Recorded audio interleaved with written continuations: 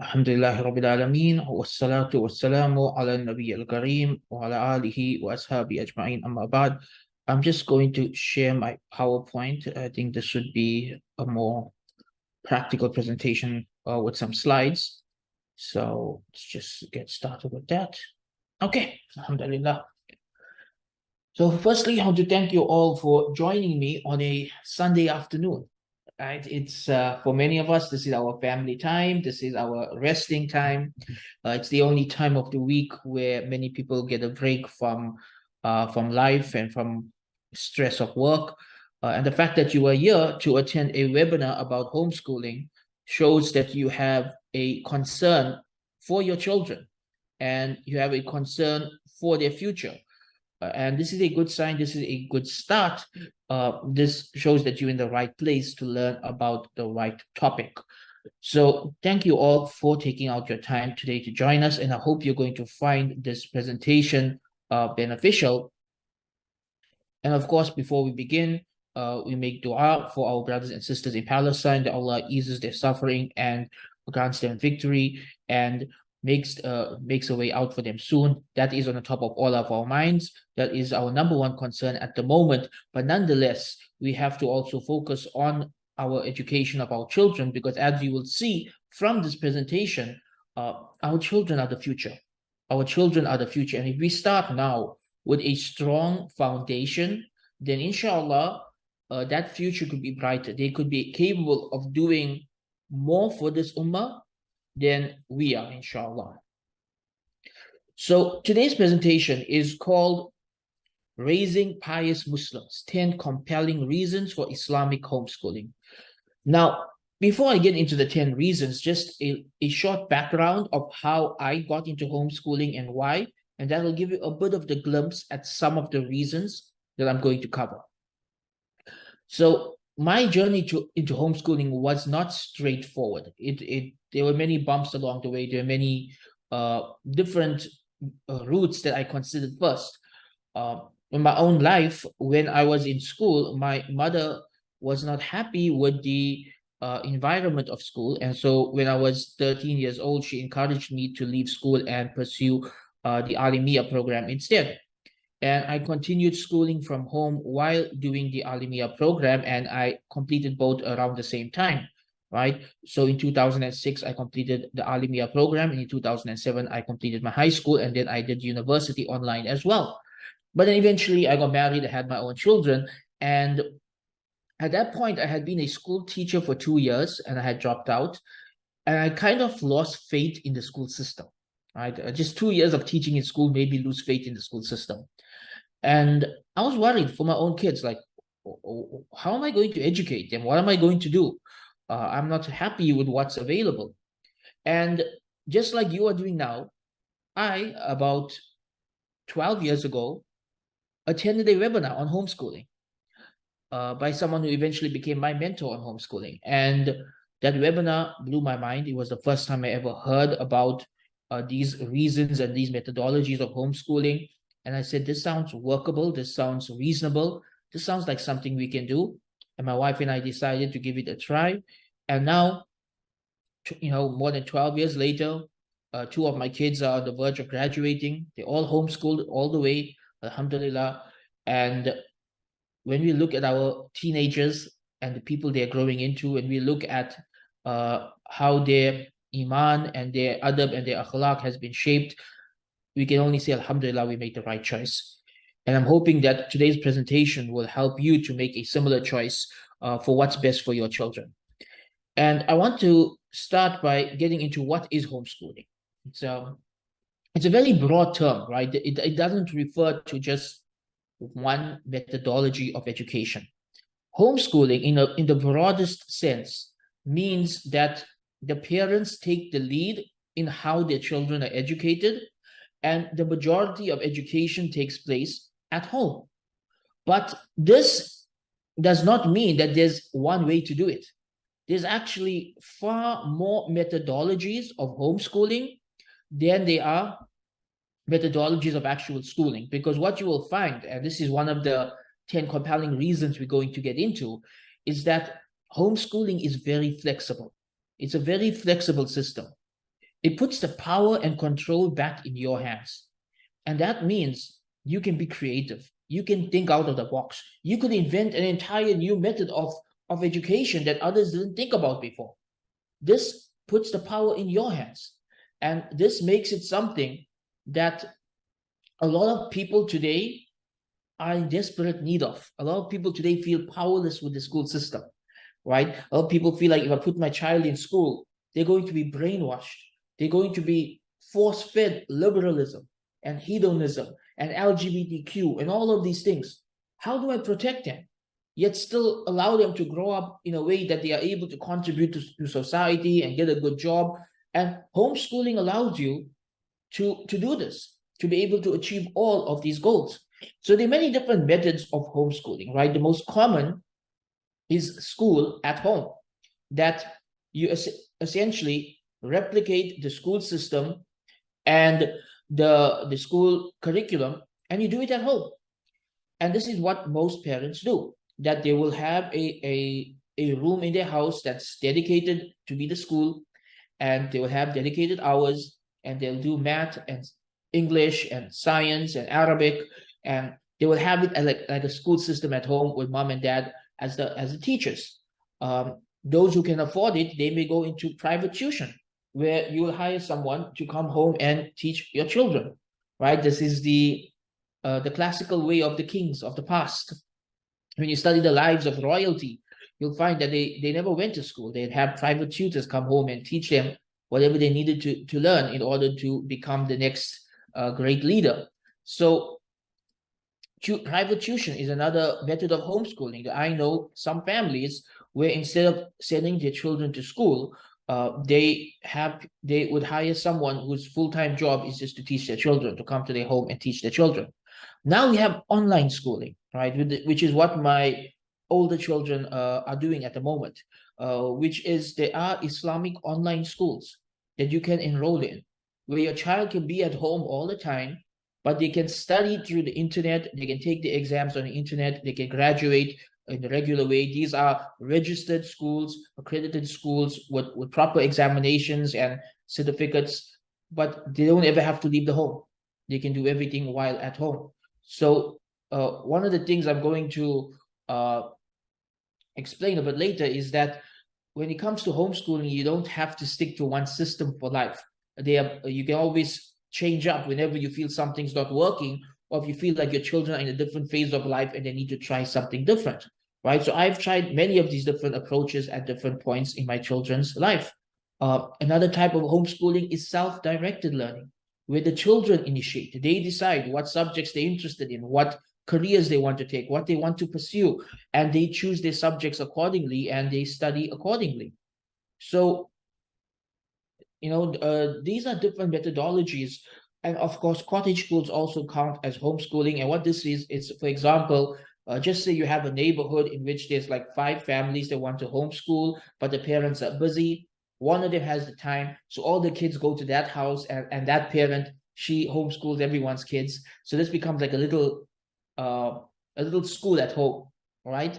Where about 5 or 6 kids from different families study together. So this is another type of homeschooling. I've seen this in some Muslim countries where the Muslims who have migrated from the West into a Muslim country. If the kids don't know the local language, it's easier for them to form cottage schools so that children can study in English, right? So the main point I wanted to get out of this slide is, number one, there's no singular definition of homeschooling, aside from the fact that the parents are in control and the bulk of the education takes place at home.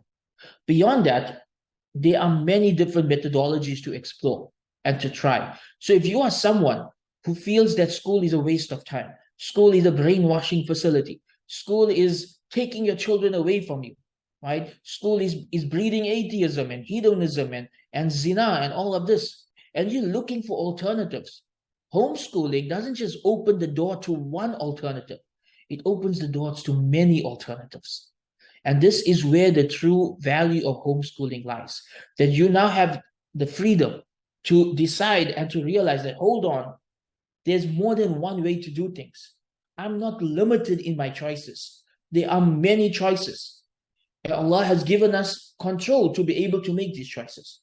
Now, a point to note before we jump into today's main topic, note that there are legalities around homeschooling. Different countries and different states have their own rules on what's allowed and what's not allowed. There are some countries where homeschooling is completely illegal. So please ensure that before you embark on this journey, that you do your research. Ask locals about the homeschooling, find out from your government what's the policies, what's the procedure, and make sure that you are working within the bounds of what is legal so that there's no trouble for you and your family, right? And again, I can't give you any advice on that topic because that really changes from country to country and state to state. So please do that research before jumping into homeschooling. Okay, so our main topic today, I want to share with you 10 reasons why I believe homeschooling is the future and why I believe that with our current list of options, homeschooling is the best option for Muslims, right? And I want to make a couple of disclaimers first. Disclaimer number one, homeschooling is not easy. Homeschooling is not easy. In fact, I feel it's probably the hardest thing I've ever done in my life. It requires a lot of time, a lot of patience. You're going to have to learn a lot. You're going to have to be around the kids all the time. It is not easy, but it's an investment. It is hands-on parenting. It is something that you're only going to see the benefits of 10, 20, 30 years down the line. So you have to be prepared for the fact that this is not easy. Anything worth doing is not easy, and that includes homeschooling. Disclaimer number two, not everybody can homeschool. Not everybody can homeschool, right? Some don't have the time, some don't have the skills, some are living in countries where it's not legal. So this isn't for everyone. It's not a one-size-fits-all solution. It's the best option for those who are able to do it. But if you're not able to do it, you should go to the second best option, right? Number three, when we talk about the benefits of homeschooling, we are not demeaning or putting down Islamic schools at all. No, rather, I believe that Islamic schools are the second best option, right? Islamic schools are the second best option after homeschooling, which means that if you are unable to homeschool, the best thing you can do is put your child in an Islamic school. And also Islamic schools are of different levels in terms of the quality of teachers, who the board of directors are, how much emphasis they put on the Islamic studies, what their budget is. So some Islamic schools are better than others, and some of them may even be better than homeschooling, right? Again, that depends where you live and what options are available to you. So I'm not talking about homeschooling versus Islamic school. I don't want to put these two against each other. Rather, these are two separate solutions for the same problem. Rather, we are looking at homeschooling versus putting your children into an un-Islamic environment to study. Sending your 6-year-old, your 5-year-old, your 7-year-old to a public school or a private school where it is essentially the kuffar who are educating them, and where they're learning about LGBTQ, and they're learning about the freedom to commit zina, and they're learning about atheism and how religion is backwards, and they are not equipped yet to deal with this. They are too young, their minds are not formed yet, they are not ready to handle this, right? So this is what we are talking about, that if your option is public school or homeschooling, then you need to figure out a way to do homeschooling, because this is what is best for your children, to such an extent that some of my teachers said that if you are living in a non-Muslim country, some of them actually believe that it's haram to send your children to a public school. In fact, some of them call it spiritual suicide. Right now, I don't agree with the fatwa. I don't believe it's haram, but I understand the logic. Right? That it's spiritual suicide. You're killing your child's iman by dumping a 6-year-old into an environment of kufr for 13 years, where the kuffar have more say in what your child learns than you do. You are essentially killing their iman. You are sending them into a battlefield before they are armed and ready to fight. That's what you are doing when you put a 5, 6, or 7-year-old into a public school environment.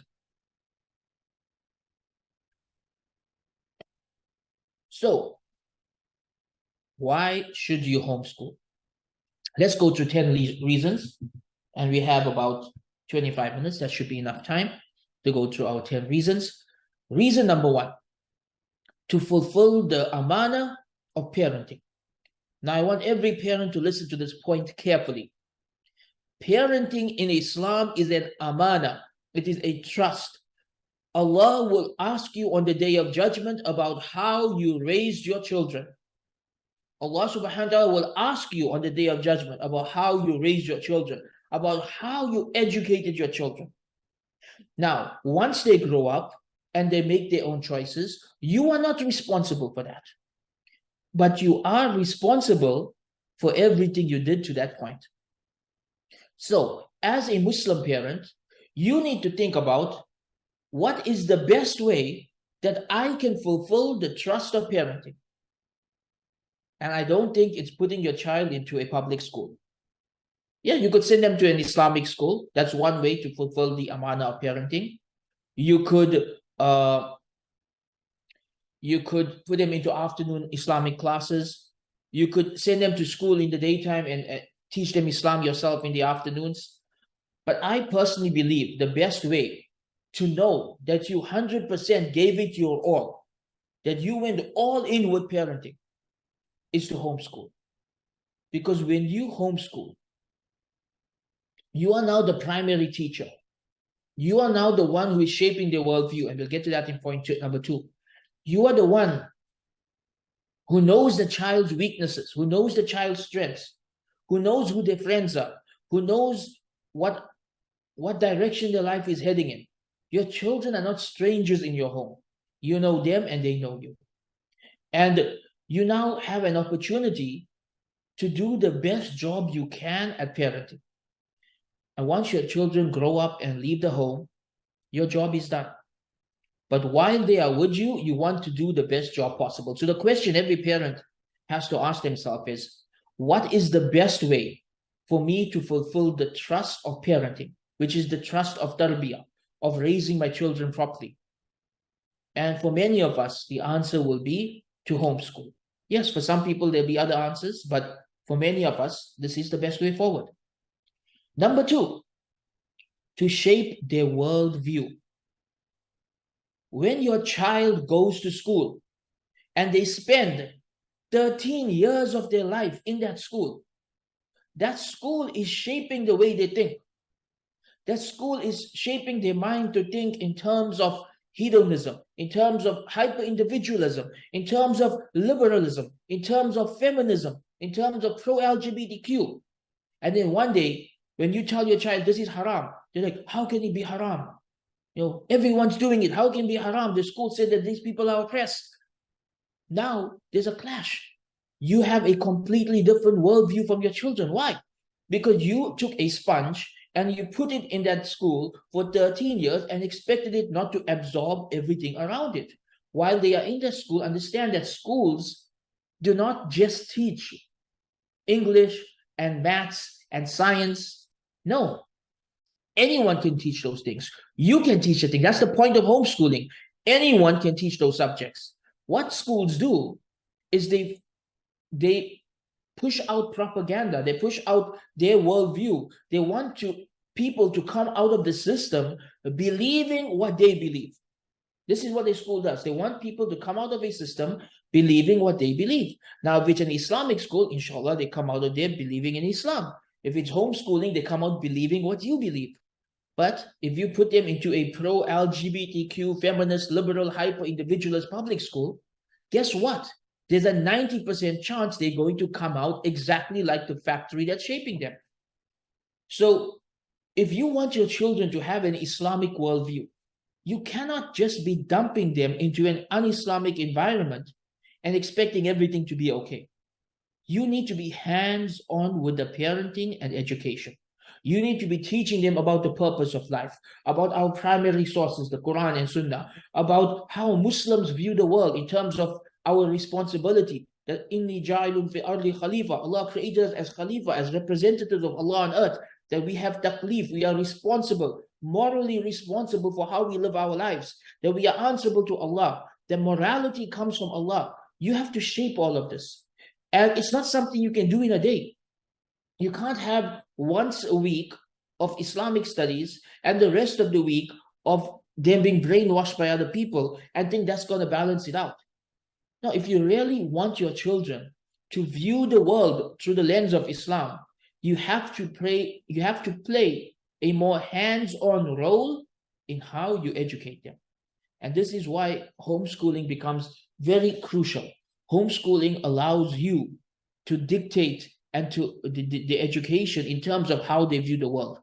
That if you want to protect them from these forces, from these incorrect ideologies, especially in the early years, especially when their minds are formative, at that point in time, homeschooling is the best way to shape how they are going to view everything around them. And you want them to view the world through the lens of Islam, through the purpose of life, through a connection with Allah subhanahu wa ta'ala, to understanding that morality comes from Allah, to understanding that Quran and Sunnah are our primary sources, to understanding that the Sahaba were the best of generations. All of these points that I just mentioned, the public school system teaches the complete opposite. So if you want to give them a correct worldview, homeschooling is one of your best options, right? Number 3 is to ensure a proper tarbiyah. So do you want your children to have the morals and the manners and the character of Islam or of other cultures? Think about this, right? Akhlaq wa adab. Where is your child learning it? How is your child learning it? For me, when I teach people to homeschool, one of the primary things that I focus on, especially in the early years, is I say teach them adab before ilm. Have you heard about this saying, right? There's this saying amongst the early Muslims, teach them adab before ilm. I take that saying and I turn it into my homeschooling methodology. That if you are homeschooling your children, teach them adab before ilm. And what I mean by this is when your child is 4, 5, 6 years old, the Islamic studies curriculum should be primary adab wa akhlaq. Primarily adab wa akhlaq. Shape their tarbiyah at the youngest age possible. Then once they have the adab of a Muslim, once they have the akhlaq of a Muslim, now you can go into fiqh and aqidah and tafsir and hadith and all these other things, but the adab wa akhlaq has to come first. Very often in the modern curriculums, there's almost never a study of adab wa akhlaq. Like this subject it's not there, right? And then we wonder, like, the children pick up the worst of character from their friends at school. How do we counter this? Teach them adab before ilm. We need to go back to the methodology of the early Muslims of teaching adab first. This should be the beginning of the education process. Now, it's difficult to do this if they're going to school. If you're homeschooling, you have flexibility. So you could make this a primary subject, right? Number four, to form strong bonds with your children. One of the biggest complaints that I hear from parents today is that we have, like, they have no relationship with the children. It's as if the parents and the children are strangers in the home.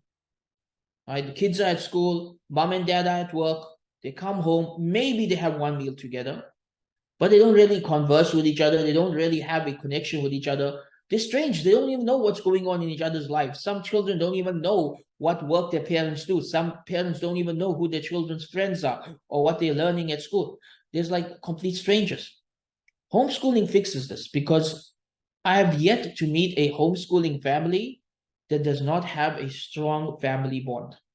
Every homeschooling family I know, there is this deep muhabba, deep love between the parents and children, because they are together throughout the day. They are there for each other. The children get to witness the parents' lives. Like, if your children are at school and there's some kind of trial going on in your life, they don't get to witness it. They don't get to be a part of it. They might not even know it's happening. But when they homeschool, you end up dealing with it together as a family. And this helps to build bonds together. When mom or dad is the primary educator, this builds stronger bonds. When you know your child so well that you know which subjects they are good at, which subjects they are weak at, what their personal weaknesses are, when you know all of these different things about them, then there is going to be a stronger bond. you're going to spend more time together. You're going to get to know each other better. You're going to, inshallah, through this, have more love for each other. And those bonds of love, they last a lifetime. That this is really the foundation upon which a strong family is built. Number 5, now this is the reason that a lot of people choose to homeschool. I didn't put it at number 1, I put it as number 5 because it should not be the primary reason, but it's an understandable and an important reason. And that is to protect your children from bad influences. Now, when I was younger, bad influences meant friends, right? Now, bad influences aren't just friends, it's the school itself. That we're living in a time where the school itself has become a negative influence. Now, how do you protect your children from bad influence? There's 2 extremes here in how parents think. One extreme is that, oh, my children can handle it. I'll send them to school, they'll figure it out on their own. So basically, you are gambling with your children's iman. That's what you are doing. If you say that, oh, they can figure it out on their own, I'll just send them to school. You are gambling with their iman. You're taking a roll of the dice. Maybe they'll stand up and be strong and be the outspoken voice in their school. Or maybe they'll want to fit in and be a cool kid and believe what everybody else is believing. That's a huge gamble. The other extreme is to shelter them so much that they cannot interact with the world at all. And this is the fear that people have when they hear about homeschooling, right? This is the negative stereotype that is attached to homeschooling. That when people hear about homeschooling, they assume that you are going to cut your child off from the world in such a manner that they can't deal with the world. And I have seen this, not very often, maybe only 1 or 2 cases I've actually dealt with like this, but I have seen it once or twice.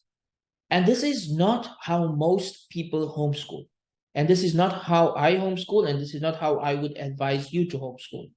Homeschooling is not about over-sheltering your child to a level that they cannot interact with the world. Homeschooling is about gradually preparing them for the world. So the idea that your 6-year-old is ready to handle all of the propaganda from atheists and LGBTQ and the sexual revolution and feminism, the idea that your 6-year-old is ready to handle all of that is ridiculous. But hold on, what if you take it step by step? What if while homeschooling, every year, you introduce your child to 1 or 2 ideologies and explain why they are wrong? So by the time they are 12, 13, 14 years old, they are informed about the world. And they understand the world, and they understand what's going on, and they know how to talk to people, and they know how to do dawah, and they know how to interact with people. So it's not about cutting them off from the world. It's about gradually preparing them for the world, right? So when we say we want to protect our children from bad influences, we are not saying to shelter them to such a level that they cannot deal with the world. We are simply saying a 6-year-old is not ready for this. So let's gradually educate them in such a way that by the time they are 12, 13, or 14, they are ready to deal with this.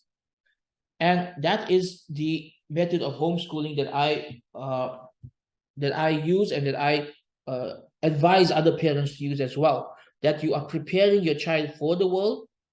You are preparing them to handle bad influences and to be the one doing dawah, not the one to whom dawah is being done, so that they are able to deal with the world properly. Because understand, as parents, it is your job to protect your children from evil and to prepare them to be able to do dawah to others and to interact with others, right? So you have to find this balance.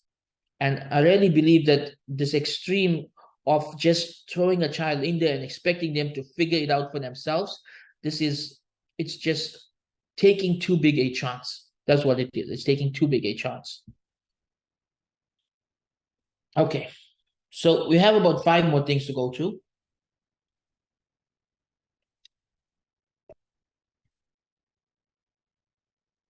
Linked to the topic of protecting them from bad influences is the importance of preparing them for the real world.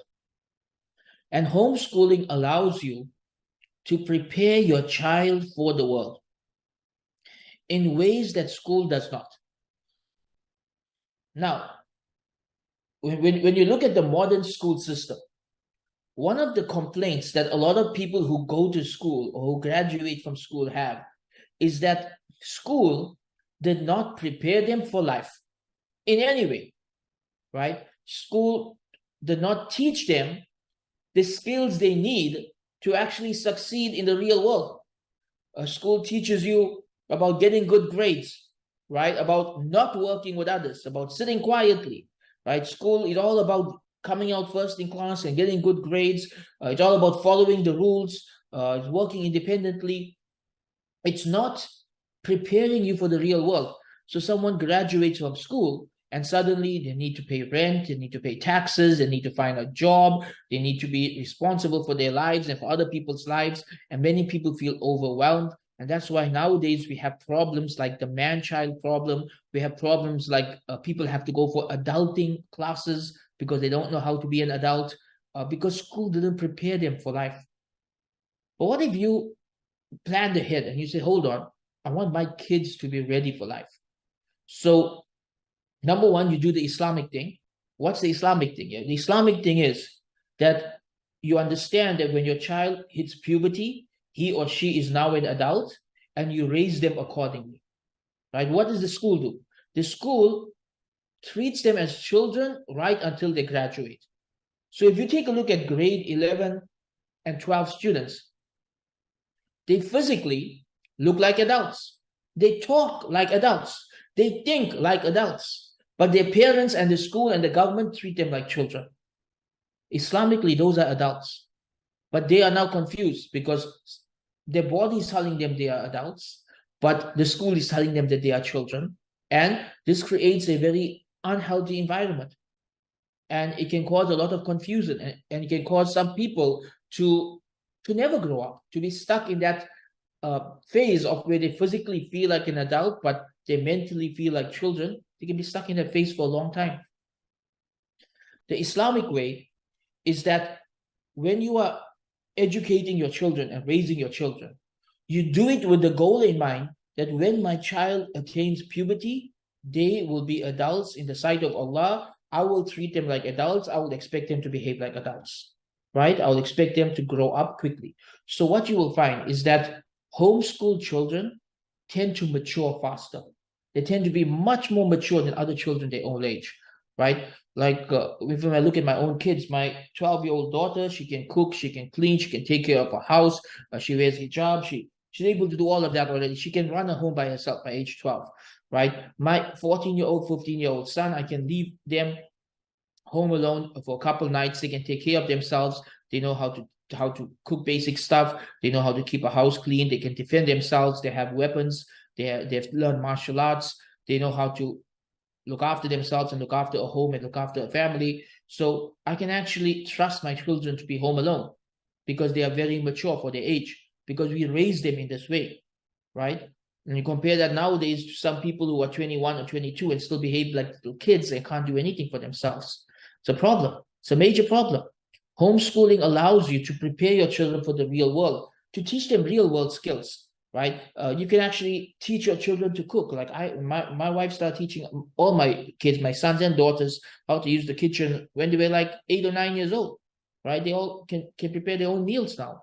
You can teach them about other things that the schools don't teach. Like we'll come to this a bit later, but the topic of financial management. How do you make money? How do you invest? How do you save? How do you stay away from debts? These type of things you're not going to learn in school. You have the ability to teach it to your kids through homeschooling.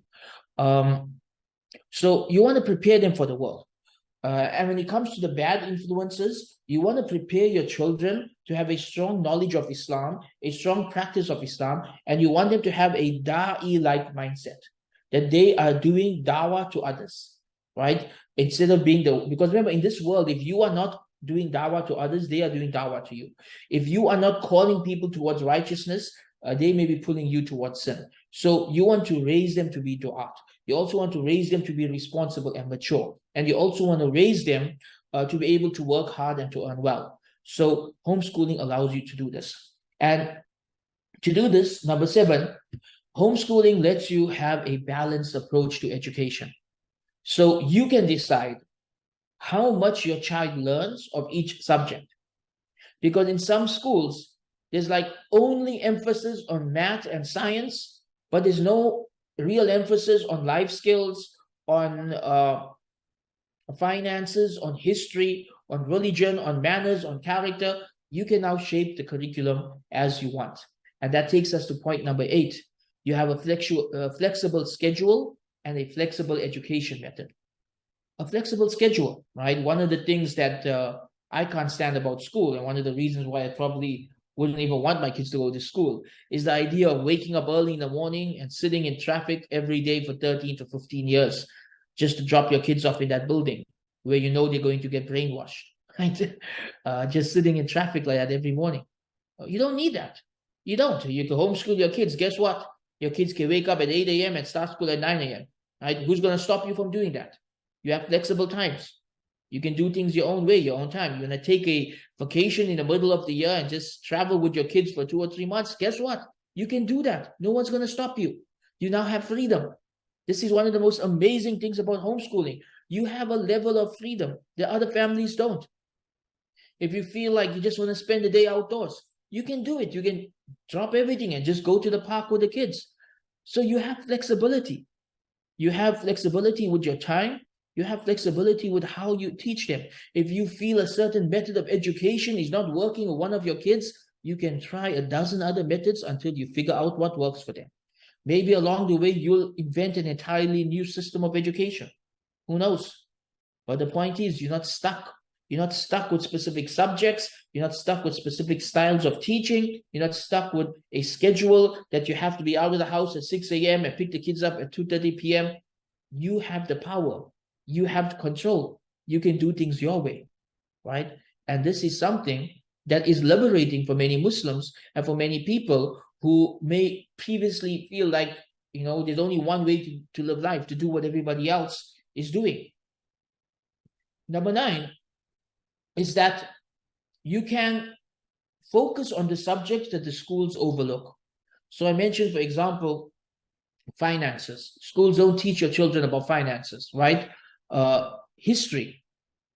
I spend a lot of time with my kids teaching them history, and not just Muslim history. Alhamdulillah, I've taught them as much as I can about Muslim history, right? But also about like the history of Europe, the history of World War I and World War II. Right now, I'm teaching them because they're teenagers. Now I'm teaching them about the sexual revolution and how that impacted the West, and all of the harms that came out of that.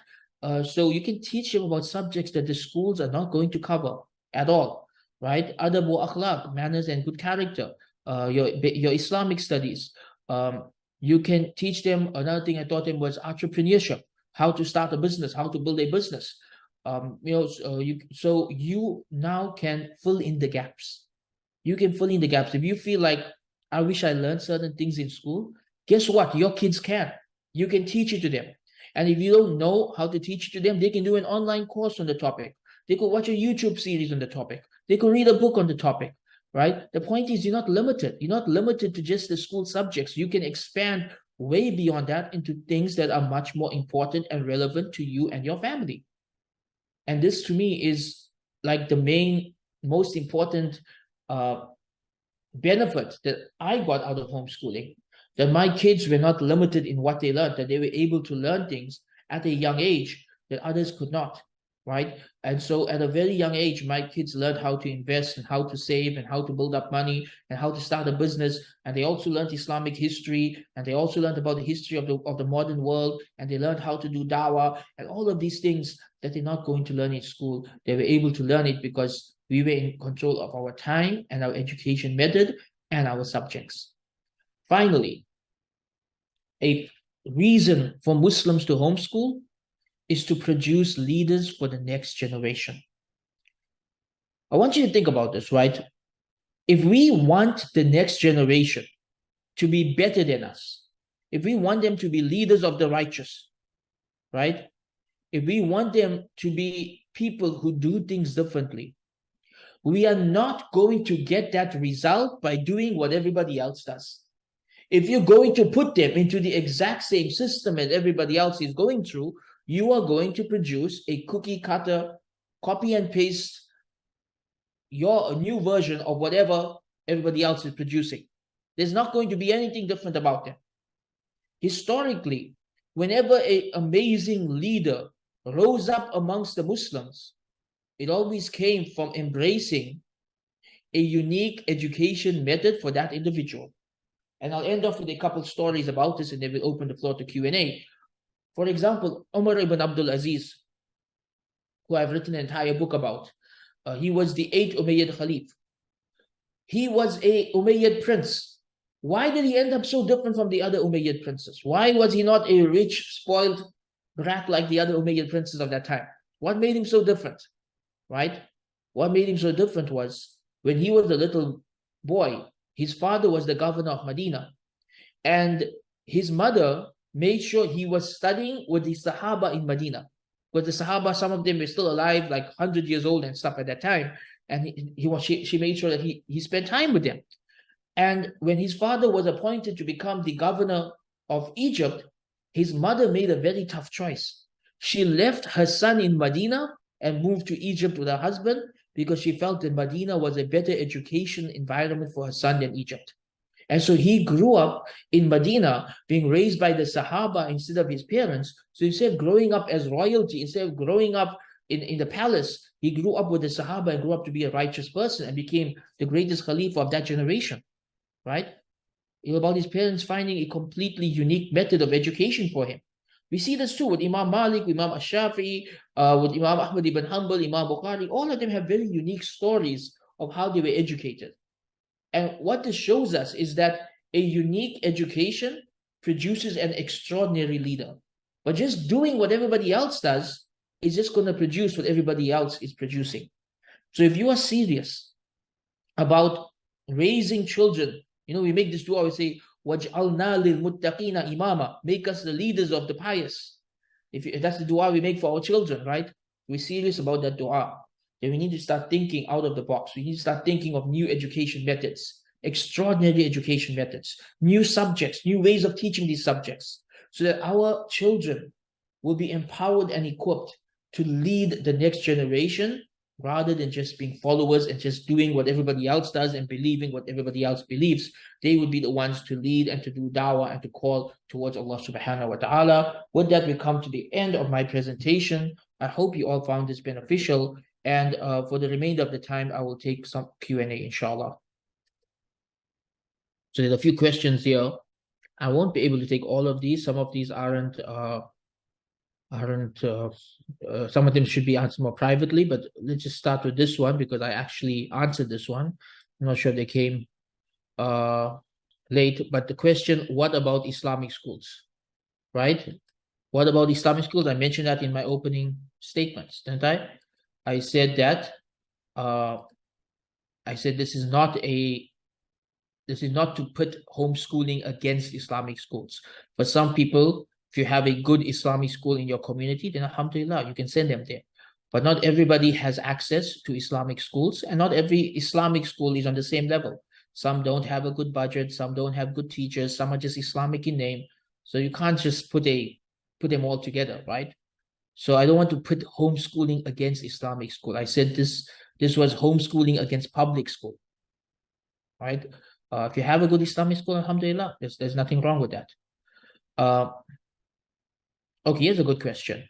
What is a good age to start homeschooling your child? What is a good age to start homeschooling your children? My response to that is when your child feels ready. When your child feels ready. Most likely at the age of 5, 6, or 7. Even if it's at 7, that's fine, right? That early phase of life between 0 and 5, where children can be carefree and just running around and playing and having fun, they're never going to get that phase of life back. And in the modern world, we push them into education too early. I see people dropping 3-year-olds off at school and expecting them to memorize hadiths and learn how to read. And I believe this is unnatural. Allah didn't create children to learn in this way. Until the age of 6 or 7, a child learns primarily through play. So let them play. Let them play and enjoy life at that age. Give them educational toys so they learn through the process, but let them play. Let them enjoy their lives. And then at the age of 5, 6, or 7, they'll start asking. They'll be like, "Mom, Dad, can you teach me something? Can I want to know how to read. I want to know how to do this." That's the age where you start with the actual formal education. But I would not recommend formal education younger than that unless you have a child who's like exceptional, right? But in general, 5, 6, or 7, or when they feel ready. Okay, Marshall, there's a lot of questions and a lot of beneficial questions. I'm not sure which order to take them in because a lot of you are asking really good questions. Okay, I'll take these two next. They're related to each other. How can working parents plan for homeschooling? So this is difficult. All right, this is difficult. I said in the beginning, not everybody can homeschool. There are ways. It depends what you're talking about here. I mean, if mom and dad are both overworked and they're both already coming home tired and stressed out and they don't have the time, to educate the children, then it's not going to work. Then it's better putting them in an Islamic school or something else, right? If you have the money, maybe hire a private tutor. So I know one family here does that. Both parents work, so mom and dad just they hire the private tutor to come home and teach their children every day, but they can afford it. Most of us can't afford a private tutor, right? It works out cheaper to send them to school. So it depends what you mean by working. When I teach this course, one of the advice that I give is that if dad is earning enough to support the family, then mom should make the sacrifice of being a stay-at-home mom and homeschooling the kids. That the best gift that a mom can give her children is her full-time time and attention. That's the best gift that she can give them. It's more valuable than any extra money that she can bring in. So if the mother is able to, and I know in some cases you can't. Some cases you are completely dependent on both incomes, especially in the current economy. And honestly, for some people, it's not possible to homeschool just because of economic reasons. But this is my advice. If dad is earning enough, mom should make the sacrifice of being a stay-at-home mom and focusing on homeschooling. That's the best gift that she can give her children. But if both mom and dad are working, and they both have to work and they have no choice but to work, then homeschooling might not always be possible. One way is you could give them their work and then check on it when you come home. You wouldn't be able to do that with very small kids, maybe if they're teenagers. Another way is a private tutor. Another way is to focus in the evenings or early mornings. But for many people, there is no way. For many people in that situation, they just can't do it. Okay, link to that. How do you homeschool as a single parent? It's the same, right? Same as what I mentioned before. Not everyone will be able to homeschool. And it's even harder for single parents than it is for married couples, because honestly, homeschooling requires teamwork. It requires a lot of teamwork. It's going to be much harder to do on your own, especially if you're working. If you're like a single mom who's working and you're going to homeschool, I don't think most people have the emotional capacity to do that. Most of us will just have a breakdown. Like it's going to be too much. No human's meant to take on that much, right? So you have to look at what you are able to do as an individual and know your limits. And for some people, homeschooling just isn't possible. Now, if you're someone who works from home, if you're a single mom who works from home, then yes, you could be able to manage both. If you work short hours and you still have enough time at home, then you could manage both. But if you're a single parent who's working a full-time job or 2 jobs and you're already coming home tired and exhausted, then no, there's no way you're going to manage homeschooling as well in such a situation. And like I said, it's not something everybody is able to do. I mean, Allah make things easy for us. I know it's being a single parent is not easy, right? It comes with its own challenges, and this is one of those challenges that sometimes you will not be able to do things that you want to do, like homeschooling, because it definitely requires support. They say it takes a village to raise a child. It takes a village to raise a child. Now imagine to homeschool a child. So may Allah make it easy for all of us. Okay, there's a lot of good questions. Let's see. Okay, here's a good one, right? In some countries, to get to college and university, you need traditional qualifications. How can we achieve this if children are homeschooled? In any country where homeschooling is legal, there are ways to get traditional qualifications through homeschooling, right? In every country where homeschooling is legal, there are ways to get your traditional qualifications through homeschooling.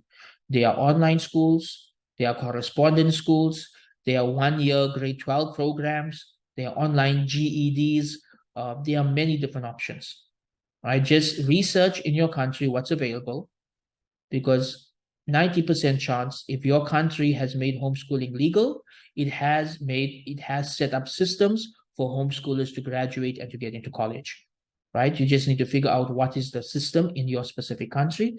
So for example, where I live, South Africa, there's multiple routes for homeschoolers to graduate.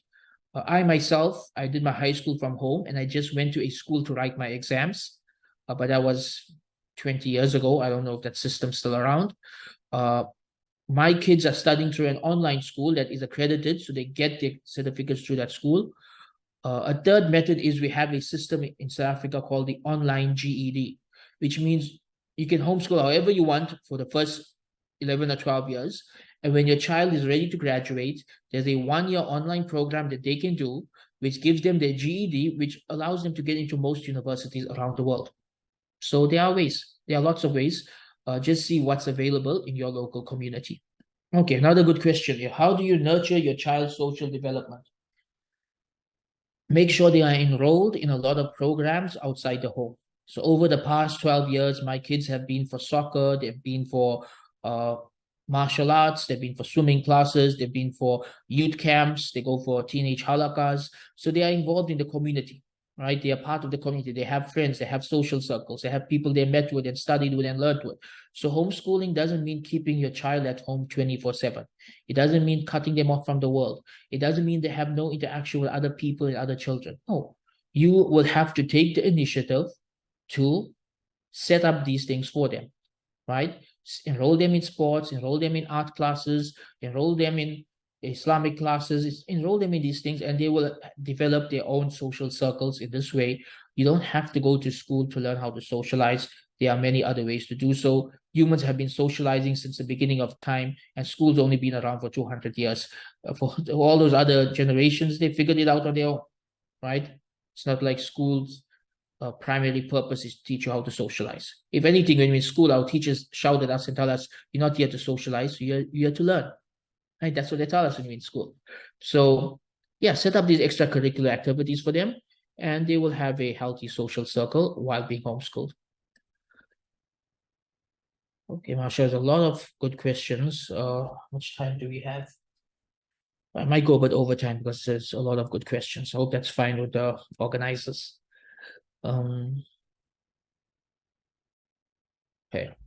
How does homeschooling become beneficial to the child if parents do not have the level of education to teach? So I didn't mention this. Another benefit of homeschooling is that you grow through the process. You learn through the process. You become a better person through the process. And what you will find is that teaching a child for the first 5 or 6 or 7 years of homeschooling is easy, right? Really, the first 5, 6, 7 years is easy. After that, you have online schools, you have private tutors, you have YouTube videos, you have online courses. There are many ways to supplement your own level of learning. If you are teaching your child and you come across a module of science or maths that you don't understand, guess what? You and your kids can watch a YouTube video about it and learn about it together. You could do an online course about it and learn about it together. So it becomes an enriching experience for you. You gain knowledge through this. You bond with your children by studying together and learning together. And as Muslims, we should be continuously growing in knowledge. So we shouldn't use our lack of knowledge as a reason not to get involved. Rather, we should use this as a way for us to learn and grow with our children, right? Think of this as an intellectual journey for yourself, that you and your children are going to learn about the deen and the world together. You're going to teach them whatever you know. And whenever you come across something that you don't understand, you can learn about it together. And we live in a time with these resources for everything. Almost anything you don't understand, there's some uncle on YouTube who explains it. That's the world we live in. So don't be worried about this. There's many ways around this. Okay, any resources to prepare parents for homeschooling? That's what our upcoming course is, right? Al-Balagh Academy has a course starting soon on homeschooling mastery to teach you how to homeschool. I also have a course on this topic on my website, islamicselfhelp.com, called How to Homeschool Like a Pro. I have a book on this topic called Homeschooling 101. And there are many other resources out there as well. There's a lot of good resources on homeschooling. Many, many books have been written on this topic, many online courses, many video series. It's really becoming quite big all around the world, not just amongst Muslims, even amongst non-Muslims, even amongst the elite of the non-Muslims. People are beginning to realize that the school system is broken, it's outdated, it's not working, and many people are looking for solutions. And homeschooling, honestly, when I started homeschooling, it wasn't popular at all. People thought I was crazy. And now all those same people come to me for advice for homeschooling. Like, the world's changed a lot in the past decade. It has changed a lot. And homeschooling is a lot more socially acceptable today than it was a decade ago. So you will find many resources for it online. Okay, let's see what else. Okay, so someone asked about names of Islamic online schools. I don't want to do that because if I mention some names, I forget others, and I don't want to make any Islamic schools angry. So I'll simply say, do your research. Every country has their own schools. Every country has their own school systems that are available. It may be that there's a nice online Islamic school, but it's not available in the country that you're living in, right? So that's another reason why I don't want to answer this question live online. Parents are not experts in every field. How can they teach their children about every necessary subject? Like I think I answered this already from a different person, right? You can learn, you can outsource, you can hire a tutor for that subject. You could study an online course together for that subject. You could watch a YouTube series. You could put them in an online school. There are many different ways to work around this. Every family figures out their own way, but it's not the end of the world. There's always ways to move forward with this. How feasible is homeschooling if both parents are working? It's very difficult. This is why I only recommend homeschooling if at least one parent is at home, right? If either if mom is a stay-at-home mom, or she's working from home, or if dad's working from home, if there's some way for someone to be at home, focus on the kids, then that's the best way to homeschool. But if both mom and dad are working and they're both stressed out and they're both tired, then I don't see homeschooling being feasible for that family. Okay, I'm just going to take two more questions and then we're done.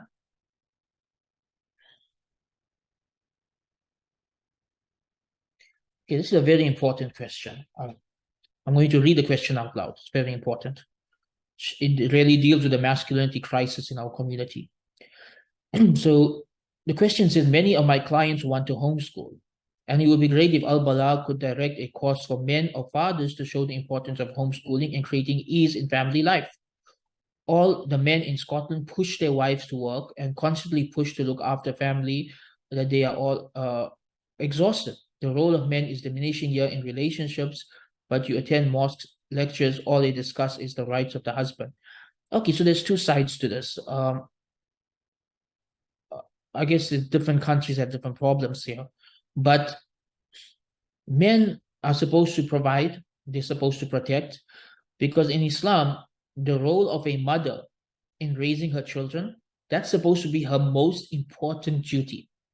That a woman's single most important duty in life after worshipping Allah is raising her children.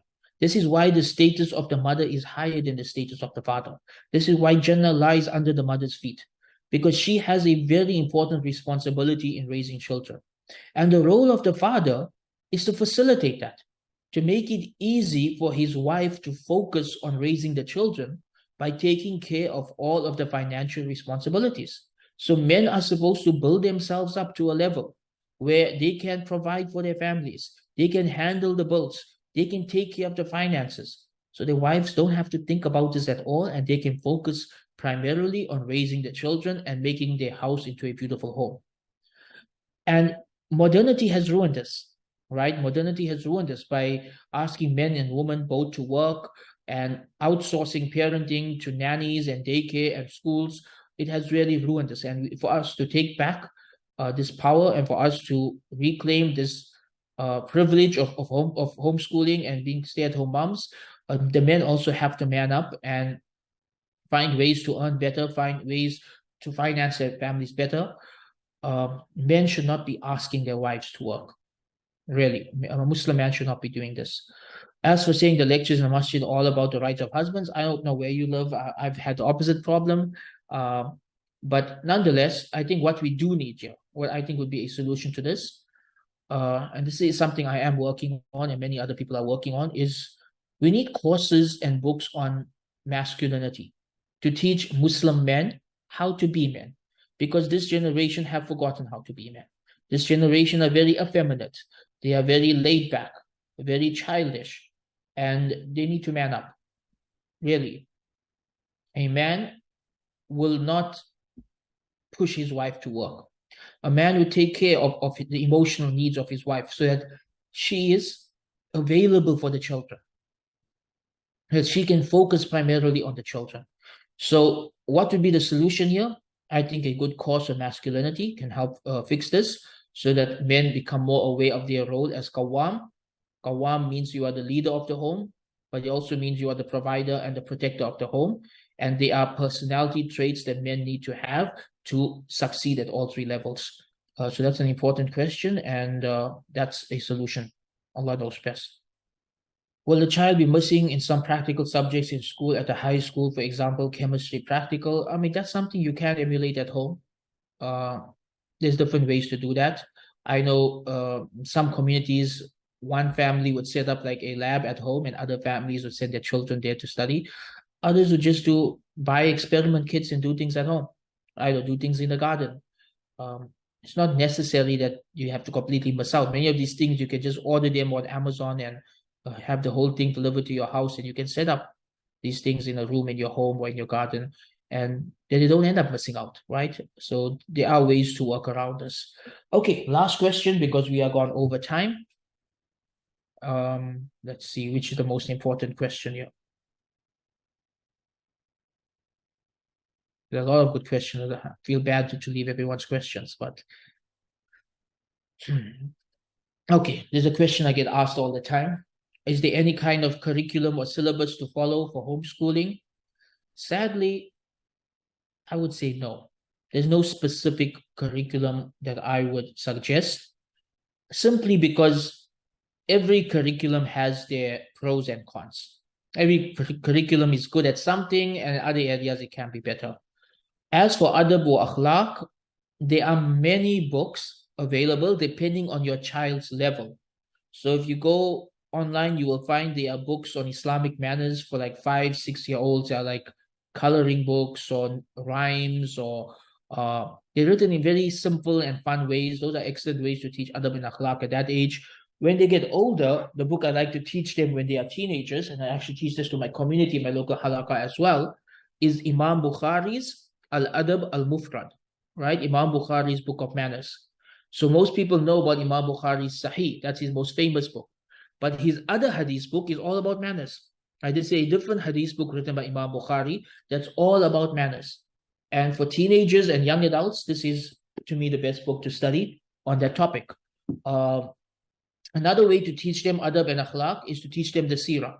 Teach them the life of Rasulullah sallallahu alaihi wasallam. Teach them the lives of the Sahaba, so that these become their role models. These become the people they emulate. These are the people they learn their character and manners and iman from. And this will be an important part of your curriculum. But as for specific curriculums, like to say, do this one or that one, I can't really say that, because, I myself, I mix and match. I may take a history curriculum from one school and take a Aqidah curriculum from a different school and a fiqh curriculum from another school. And now I've reached a point where I just teach them the primary text myself. I just teach my children directly from hadith books and fiqh books instead of using a curriculum, because they're older and they're able to understand the primary text. So yeah, that's the main reason why I don't follow a specific curriculum. But I do have a layout, which I do teach in this course, of what you should teach them at each age, right? I have a layout that for each age of development, what you should be teaching your child. Like from 3 to 5, you focus on adab wa akhlaq and how to speak and how to write, the basic of language and learning their numbers. And then I have like from 6 to 9, you teach them basic fiqh and aqidah and some hadiths and things like, and how to recite Quran with tajweed. And then from 10 to 12, you teach them deeper aqidah, Islamic history. You go more in depth into fiqh. And then like for teenagers, you teach them about marriage, you teach them about puberty, you teach them about the major sins, about the fiqh of business. So I do have this layout. I'm not sure if I have it available publicly anyway online. If not, I'll try to set it up later this week. But that's a general guidelines. As for specific in terms of what books you will use and what curriculums you use, I don't have that laid out anywhere. Here, we have gone over time with this, and there's a lot of important questions here. So, see, there's one question here about how do we convince your in-laws? Really, your in-laws don't have any say in how you educate your children. Hate to say that, right? But it's true. When I started homeschooling, nobody in my family supported it. Everyone thought I was mad. Really, the whole family did. My uncles, aunts, in-laws, nobody could understand what I was doing. I don't care. I was doing what I believe is most pleasing to Allah, right? It's not their business how I raise my children. I mean, they themselves, not like all their children turned out perfect, right? So it's not like I have to do things their way. You be well-mannered, you be polite about it, but one of the things Muslims need to learn in this generation is to be assertive while maintaining family ties. So you have to be assertive about certain things. If you want to homeschool your kids and be assertive about it, but let other people know they're my kids, this is our choice, and we believe this is what is best for them. And that's that. That's the end of it. It's very important for Muslims to learn to be assertive. Otherwise, other people will bully us around and they will dictate how we live our lives. And if we do that, then we will not end up accomplishing what we need to do. Hey, with that, we come to the end of this discussion. I hope that you have all found this beneficial, and I hope I've convinced some of you to look into homeschooling, or at least to consider it, to have the discussion with your spouse, and to see if it's a viable option for you. Alhamdulillah, we have this course coming up, and I hope to see many of you in that course. Jazakallah khairan for giving me your time and attention on a Sunday. Wa akhir da'wana and alhamdulillahi rabbil alameen. Wassalamu alaikum wa rahmatullahi wa barakatuh.